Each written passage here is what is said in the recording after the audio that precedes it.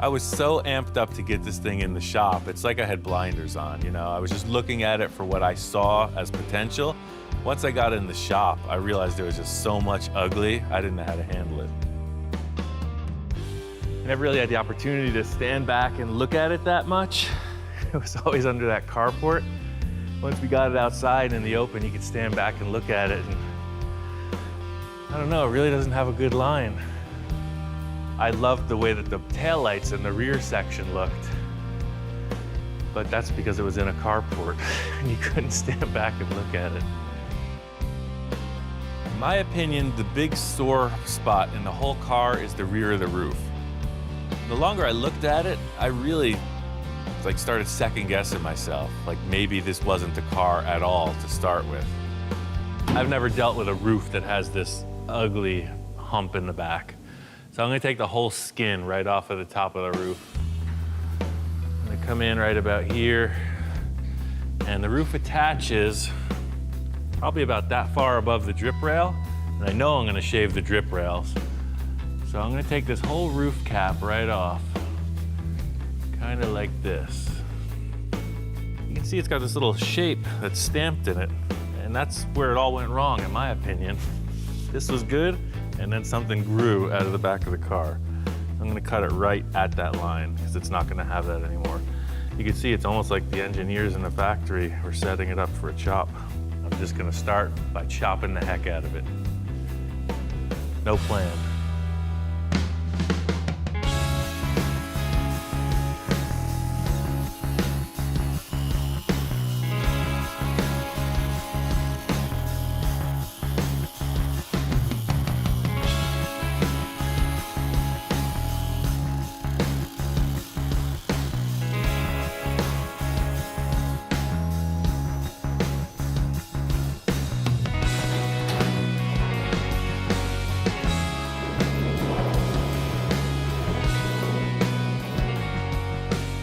I think it looks better already. The standard procedure in cutting any car's roof off is to brace up the interior. You don't want the thing to shift. You want it to stay just as it is so the door is shut properly. I'm just not doing any of that. I've done enough metal work, I've cut apart enough cars to know what I can get away with. I think I can get away with it.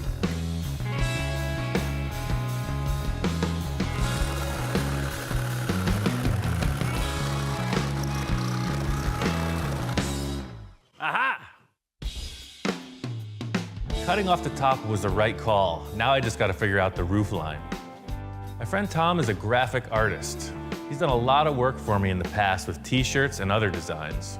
I took a side shot of the car with the roof on and sent it to Tom, and just see what he comes up with. Maybe he's seeing something I'm not. He sends it to me, and it's pretty rough. I see where the car has potential, and I try to bring it to life on the computer. When I had gotten to my final rendering of the Packard, I sent it to Ian, and I didn't know how he was going to react. Tom's fast. I get an email back the same day of this rendering, and it's pretty cool. He took the windshield and he raked it forward. I've never seen that done before. Typically, if you chop a top, you may rake the windshield back, but this one was so slanted back, he moved it forward, and he put a nice slope in the rear of the roof line. Very cool design. The window opening now, without the rubber, showing 16, so it's probably about a 15-inch window. So I think I'm just gonna take a third out of it. I'm gonna take a 5-inch chop. I think a mellow chop is considered about 3 inches. This is a tall, ugly car. I'm just trying to help it out. I'm going for 5. Crazy thing about this Packard is the A-pillars are almost parallel as they go up. They're always kind of triangle shaped. You know, they taper towards the top of the roof. This one was straight. Now we'll see how much the mismatch is. It's negligible. So it made the chop really easy. I have my sneaking suspicions that the Packard designers probably drew the car like this, and then it got changed. Restructuring this roof skin and the frames surrounding the doors, and that's the line of the car. This is what makes it. I want to take this arch out of the rear window. The same idea as removing that big bulge that's in the back of the roof. This is a pretty risky move. I'm really taking all of the strength out of the whole side of the roof line. But I want this look, so I'm making all these pie cuts in it. It's gonna stretch out the rear portion to make it more streamlined. This is really gonna define what the car looks like, setting up these door frame surrounds. It's also a structural part of the car. So I'm just trying to use what I have, make a couple splices, and just come up with a shape that I like.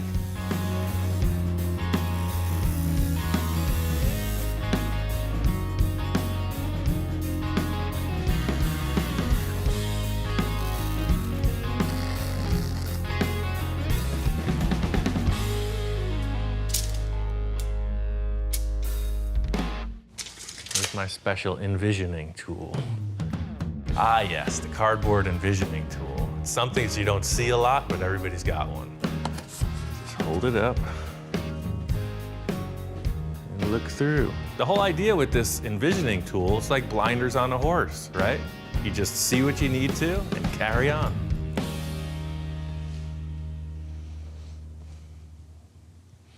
My job is done here. This car is getting a full new paint job. So once I got the look of the roof established, I wanted it all to be one color. So instead of painting it, I'm just gonna take all the paint off. Aside from that front driver's side fender, everything else is pretty much intact. Big problem with this car is it's crashed. The whole front fender is creamed. Don says he's got one in his yard that's a replacement, and it just might make this thing a lot easier to finish. I'm really happy with the line of these two rails coming back from the A-pillar. And the big question mark is how the roof skin fits back on. I'm liking how the sides of the car are coming out, but I'm gotta get this roof skin on. Thinking maybe the original one will work, even though I don't want to use it. I think I'm just gonna put it on there and just check it out.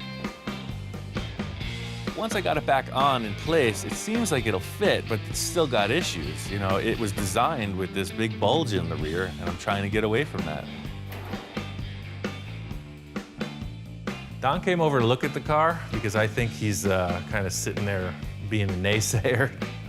I don't see the envision that he does, you know? His creative mind is thinking, but my mind is not that creative. He got in deep with this project. I think it's a lot deeper than he thought he was going to get in with this project. I'm really seeing the potential in this thing, but he's just not digging it. I got a couple tricks up my sleeve. I think it's going to convince him. I'm going to change the look once more. Ready? You ready? Go for it. This is the main part of what I don't like about the car, is this weird bubble back.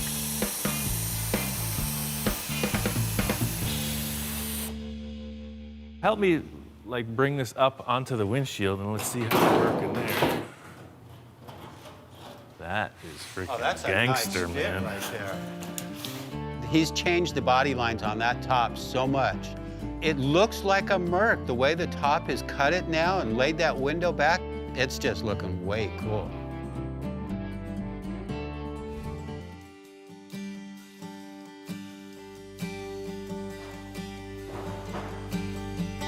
Uh-oh, there goes the neighborhood. What's up, man? Wow.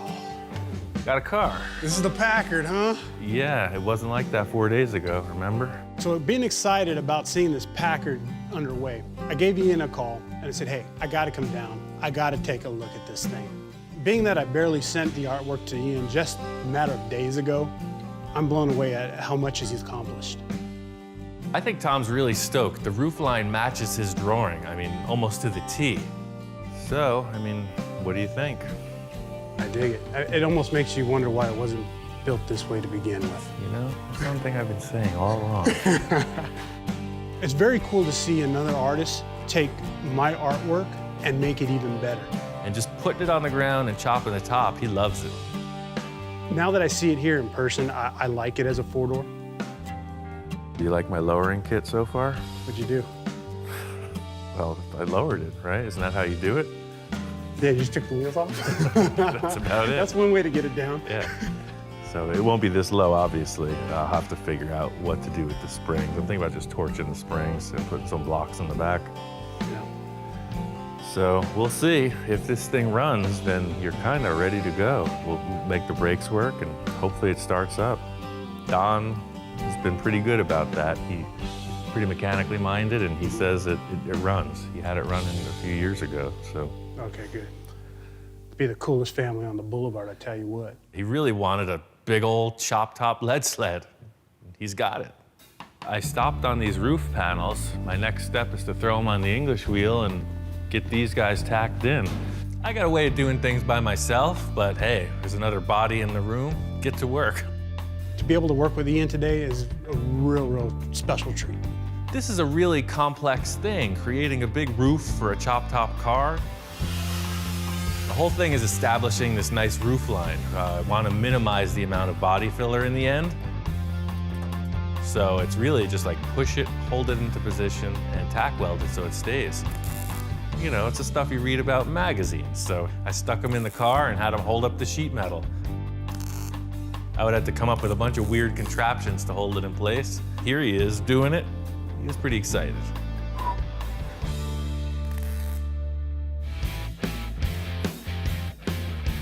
Pretty good. Yeah. Getting the sheet metal tacked in place, that's it. That's the car. The line of it's established. It's just a matter of finish work. If you like it, here we go. I'll put it all together and on to the next. It's a killer chop. We got the chop top nailed. It looks great. There's still a lot more.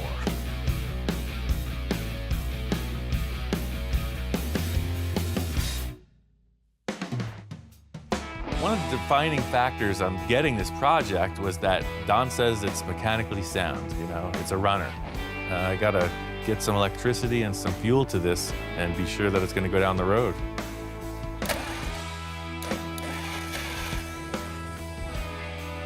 This car is ancient. It looks like an Egyptian tomb under the hood, man. Well, it gets spark. Something happened. That's a good sign.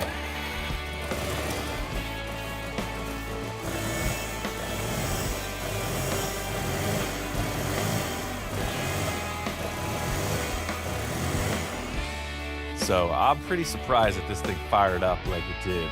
It purrs. It's an old engine, but it runs great.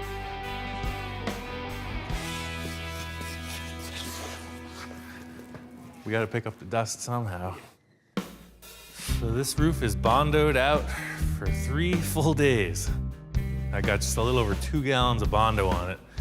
So I had to make the whole thing flow into one nice dome. And I think I did that. It looks pretty good. So the last part of the equation is these door frames. This is the trickiest part of the whole deal. And to sum it up is if people can't figure out where you cut it, then you succeed. Just building stuff that you haven't done before, it's just the adventure of it, you know? It's like I want to come out successful in everything I'm doing, but also the spice of it is getting that agitation of not knowing.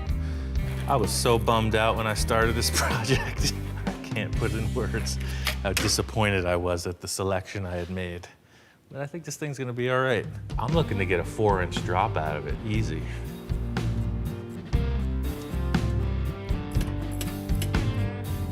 Everything is rusted, stuck, typical scene.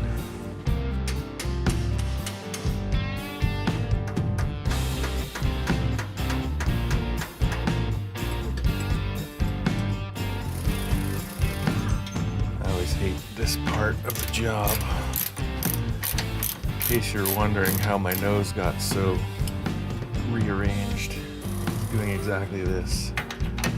No joke. Coil spring shot out of the car, hit me in the face. That's a big piece of metal that hit you in the face, huh? This is the old school lowering technique. Before there was all these fancy kits and airbags and yada, yada, yada, you would cut the springs or you would heat them with a torch. Those were the options. So I'm doing it just like they would have done it back in the day. I started off by cutting just about 2 coils off, a little bit more. It's hard to say exactly what the drop's gonna be until it's installed back in the car because the spring rate changes, you really can't calculate it. So I'm just gonna cut both springs to match and set them in the car until it looks the way I think it should.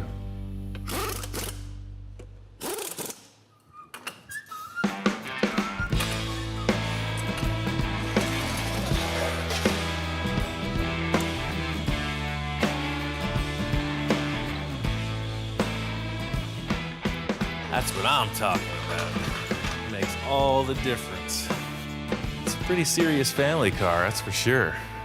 Makes me want to have a couple kids.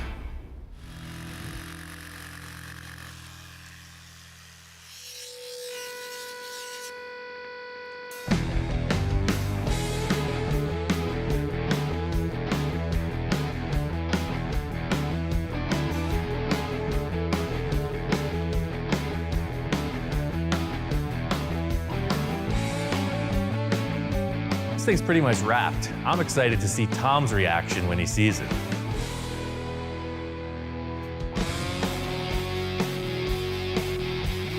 There's a lot of work getting the car to a finished state. I really busted it out. I can't wait for Tom to see it, so I'm really excited for him to check it out. It's like his idea come to life. We're ready, man. Oh, Check it out. oh man. You're kidding, right? It's the real deal. Wow. Ian, man, that is one gorgeous machine. Look at that. When I first walked in and saw the Packard, I was blown away. It's amazing looking. It's actually a lot cooler than I could imagine. The thing about when Tom walked in, the last time he saw the car, it was a shambles. I mean, there was just loose ends everywhere. This is a perfect color for it. Holy smokes. Yeah, you gotta see it in the sun, and it pops pretty cool. I got this black cherry paint that complements it beautifully. First thing I noticed when I walked in is the amount of time and work that went into it. There's a lot of customizing there. All Tom's drawings were side views, so for him to look at it and see the angle of the A, B, and C pillars, it really meant a lot to him. I made these two taillights. It didn't have any taillights. Just kind You of made fresh. those? Yeah, I blew them out of plastic, kind of like mini bubble tops. No, man, you're kidding, those are. Because remember, it didn't have any lenses. Ian tells me that he custom made these things himself, and I'm just shocked again. It's like, what can't this guy do? It's a cool car, and I cannot wait to show it off. This project is a great example of what I've been doing with my career. Just trying to be creative and push something further is what I'm all about.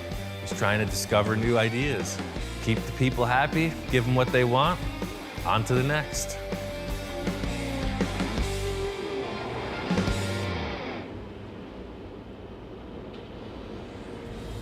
My friend Tom's in the shop. We're doing a project, and he's talking about this car show he's got coming up. Every year I throw an annual car show, and it's a fundraiser to help raise funds to send kids to summer camp. I think if Ian shows up, it's going to kick the attendance up a notch. It's 1 month away, and I think you should show up. I say we just build something. Like, build something new and bring it to your show to reveal it. I think that would be a hit. So I was thinking, man, it'd be really cool if Ian showed up to my car show, but now he's talking about building something. You're telling me that you're going to build, that we're going to build. Yeah, you gotta be here. Tom's kind of blown away. So he's a little concerned, but I think we could do this. I got this potential up at my friend Bill's house, and if I can get that off his hill, I'll bring it down here and you'll see. He'll be totally into it. I'm on board. Let's do it. Cool, you Sounds just gotta fun. be here. That's I'll all be it here. takes. I guess I'm going to be here for the next month building something with Ian. Hopefully we get it done. I got this thing all cleaned up. It's ready to start work. Like any good project, the first thing you do is cut it up. This is a big old truck. I want to make it look more like a hot rod. All the dimensions have to be snugged up, made a little more low, and streamlined. I think the coolest way to go about this is to use all the existing suspension components and reconfigure them. Achieve the look I'm going for with the stock stuff. Tom's coming in to help me work on this. He doesn't know anything about my little hot rod project, except that I'm building something cool. I hope it doesn't freak him out, because we got a lot of work to do. Man, this thing's massive. This is the grand master plan. Yeah, but where's the rest of the truck? This is it, man. It's a truck, right? Where's the rest of it, though? It's outside, man. We got pieces. I walk into the shop, and there's no truck. There's just a frame. The car show's like 3 weeks away. It's like, what's going on here, Ian? Where's the truck? Jeez, it's massive. Yeah, so I'm gonna put this together in 3 weeks with your help. In 3 weeks, we're gonna get, Yeah, all we have to do is build a whole truck. that's all we gotta do. I've done it before, man. We could make this happen. I'm not showing Tom the body of the truck yet. I think we should just focus on the suspension. I don't want him to get distracted. The suspension configuration is really the key to the whole look of this thing. I'm excited. I'm big time excited for this big project. I have faith in Ian, so I'm just gonna follow along. I'm gonna see what happens. So is it cool to put airplane stuff on hot rods? Yeah. You know that surplus place I love so much. They got all this good stuff. The lower arm on this radius rod needed a bend in it, about 90 degrees-ish. I wanted Tom to get on the machine and get a little workout, you know? Everybody thinks the fabrication is all glamorous, but it's also a heck of an exercise session. The last 2 pulls are really tough. Yeah, you're not kidding. The way this machine works is it increases leverage as you go around the dial. So Tom starts off, he's like, oh, this ain't no thing. I was like, keep on pulling, brother. You'll see what it's made of. Oh. Wow, dude, how do you do this? That's what I'm saying, it's freaking tough. I've seen Ian pull tubes before, but he makes it look easy. It's not. It's not as easy as it looks. I win. There you go, man, victory. Once I put the tubes in place, you could see it's got that look, that hot rod look. All of this is conceptual, but you never know till you try it. If it works, yeah. What do you mean, if? If it works, he's gonna eat his hat. This hat? No, this is my favorite hat. I'm kind of skeptical. We're taking giant parts from a giant truck and we're trying to trick them out hot rod style. Anything could happen. Drop her down. Moment of truth, huh? The big question in my head was, how is this gonna operate? Is it gonna swing smoothly through its arc, or is it gonna bind? Huh. Actually works. Oh, it totally works, look at that. And as soon as I stepped on the chassis, I could tell the motion I wanted to see in the shackles was perfect. You know, you're getting pretty good at this, Tom. I'm learning from the best. At the end of the day, the work we did not only looks cool, but it's functioning perfectly. On to the next. We got the front axle and the chassis pretty much nailed. I think this is a great starting point. I want to show Tom the actual truck body. Here's our truck body. What is that? Rolling it in, it looks just like what I saw up at Bill's. It's like a big rusty box coming at you. But once I explained, it's a 1944 Seagrave fire truck. It's a fire truck. Yeah. Okay, man, this is cool. Man, it's got some really cool, just stuff on it. Well, look at the front. It's almost like a Model T. It's like a Roadster pickup. Oh man, no, this is totally a hot rod. So I've never seen anything like this before. This is a 40s war era vehicle right here, and it's in our hands. So what are your plans with this? Remains to be seen what it will become. That's the whole thing with just working through it. We just gotta figure it out. Well, let's mock it up. Up to this point, this whole project's been conceptual. The whole look of this project is how the body sits on the chassis. It's the look of the whole ride.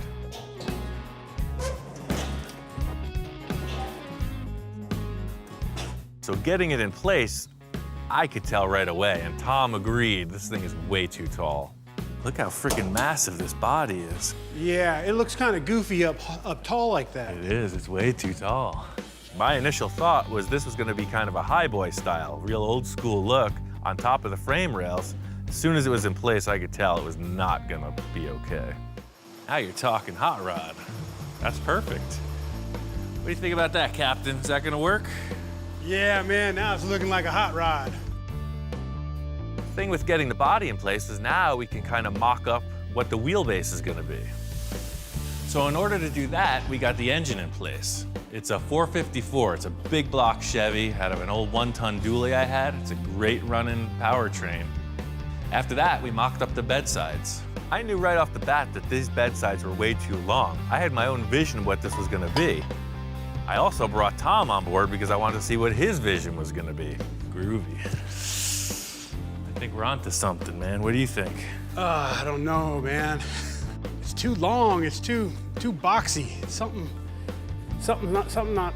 just not right. Something's got to be done here. You're right, that bed's too long.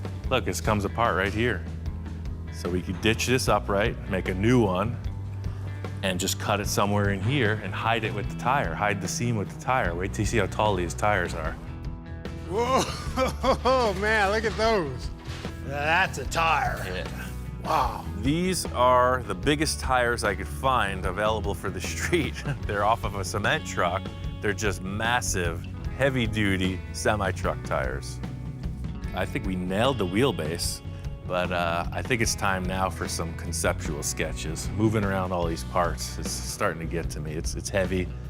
Tom's a graphic designer, and just like I like to take cars and stack parts, he likes to take pictures of cars and manipulate them on Photoshop.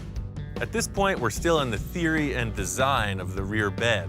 Tom's gonna go back, come up with some ideas, and I'm just gonna keep on building.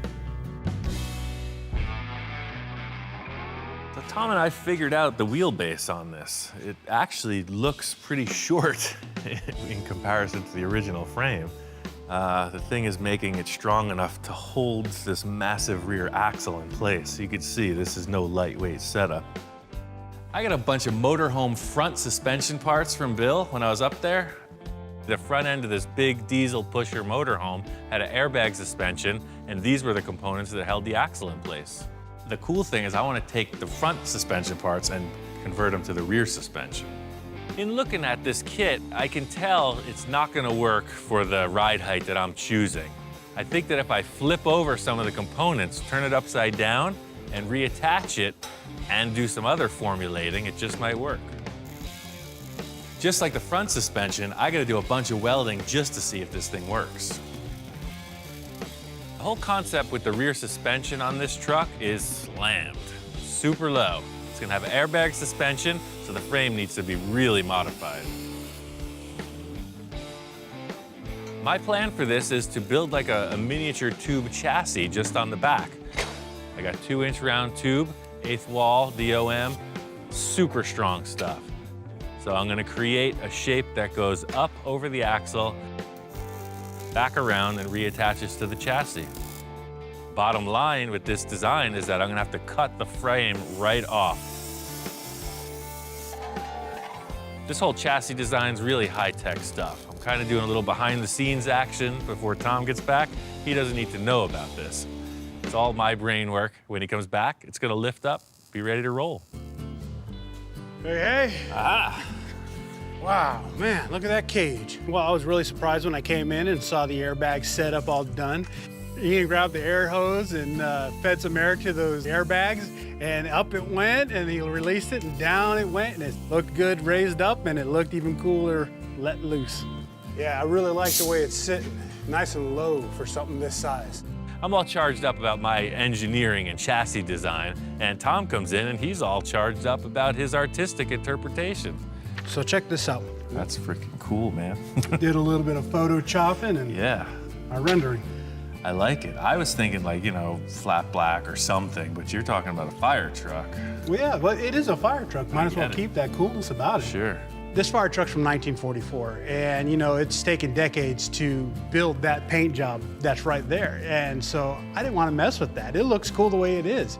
Looking at this rendering, I'm like, yes, this is exactly what I want to build. Once you put the handrail on, you could tell. Oh, yeah, yeah. Yeah, that's cool. How we're getting somewhere.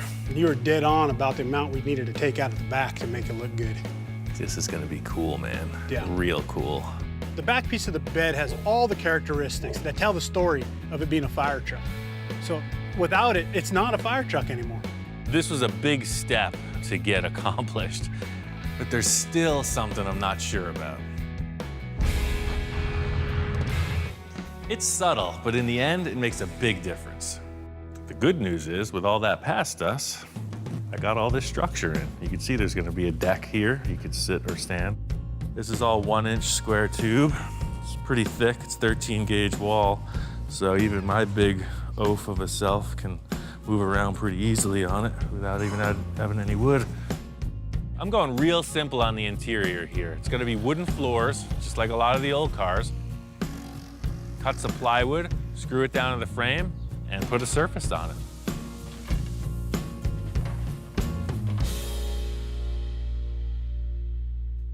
Tom came in just as I was finishing the bed. I'm excited to see what he thinks. Dad, notice we got some wood going on here. Notice anything else different? I need you to stand back and focus. Feel the force. Something changed. I could tell. I spent a lot of time on this, so I'm gonna let Tom stew on it for a while. There's something very different here. Besides the steering wheel being missing. Yes. Ian's telling me there's something else that he's done to the truck. I can't really put my finger on it. I could tell there's something different, but whatever it is, I'm just not seeing it. It's not popping out at me. Is it shorter? I don't know. It's up to you to decide.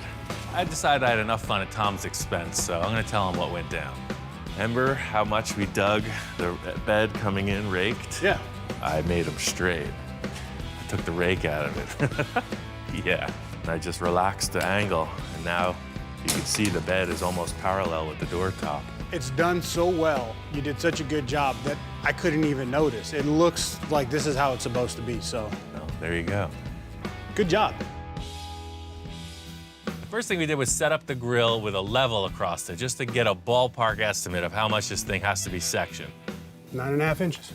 I'm thinking the same way we accomplished the body and the bed, we're gonna do the same with the grill. We're gonna cut off a little, fit it up as many times as it takes until it looks right.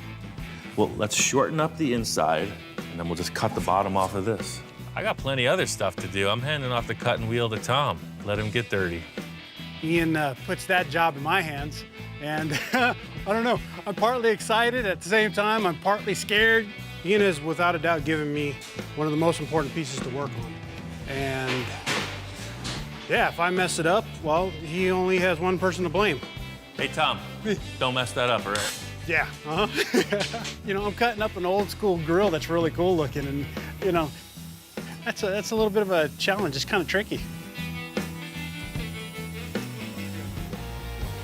I hope that's what he wanted. I make my first couple cuts. We take it back over to the fire truck to mock it up and see how it's gonna fit. So standing back looking at it, I think the height works. But I think that grill still has to come in. Bring it in behind the axle. Yeah, then it's gonna look like the suicide axle's proper, just still proportion-wise, the engine, you're seeing the radiator, right? The engine's just kind of hanging in space. With the grill ahead of the axle, there was plenty of clearance for the suspension to move, but as soon as we wanted to set it back, the axle, the shackles, everything was gonna smash this thing as soon as it hit a bump. So I think the only way we're gonna make this work is to cut like a V shape in the front. I think my lines will make a little more sense this time. You wanna cut it, or you want me to cut it? I'm letting you cut this. Ian lines it up for some more cuts, and this time I'm like, oh, hang on a sec. It's getting a little bit detailed here. So I hand it back to Ian and say, you cut it. I'm not messing this thing up. It's in your hands again now, pal. I think all this cutting was starting to get to him. He was a little hesitant to go for the radical sectioning. Now he's even more hesitant to go for the V cut, so I'm gonna pull a few tricks for him and help him out. Hopefully we got it right this time. We're running out of grill. Set it up on the truck, and it looks great. Right off the bat, it worked. It's gonna need a little more trimming, but this is the look. Yeah, now look at the line from the bed. It's all facing down. Standing back looking at it, the grill is set back inside the front tires. It looks like a mean machine. The grill of a hot rod's a very important piece. You know, if you mess it up, it's obvious. You know, it's right out there in front. We cut a lot off of it, but it's still looking cool. Tom's got to hit the road. There's a ton of little details to finish up. I got about 2 days to do it. Just gonna make it happen. My favorite thing about this is the transformation. You saw what was pulled off the hill. Look what's hanging out in the shop right now. Before I take this thing to Tom's car show, I wanted my friend Bill to come in and see the transformation. Hey there. Wow, Ian. Welcome back. I went for it, man. You did. You know, typical Ian, it's amazing. He shortened it, widened it, lowered it, resprung it, resuspension, and it's really amazing. really amazing. You know, when this was sitting on the hill, I was hoping that it wouldn't just sit there. I was hoping it would get back together. Yeah, really the only part I didn't get from you was the engine, the headlights, and the seat. It just looks great. I love the originality of the 1944 Seagraves fire truck. The wood deck and the back step solidifies the fire truck look. All this thing needs is a couple firemen on the back step. Fire hoses are in place, it's ready for action. I got this thing wired up and fired up. It's driving around, I'm ready to take it to the car show.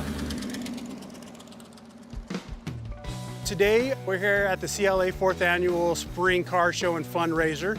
We're raising money to help send kids to summer camp. It's a total down-home community thing, lots of cool cars, barbecue, bands, you name it. Tom's put this car show on for a few years and it just keeps getting bigger and better, so to be a part of it and bring a fresh build out, it's super cool, helping out a friend.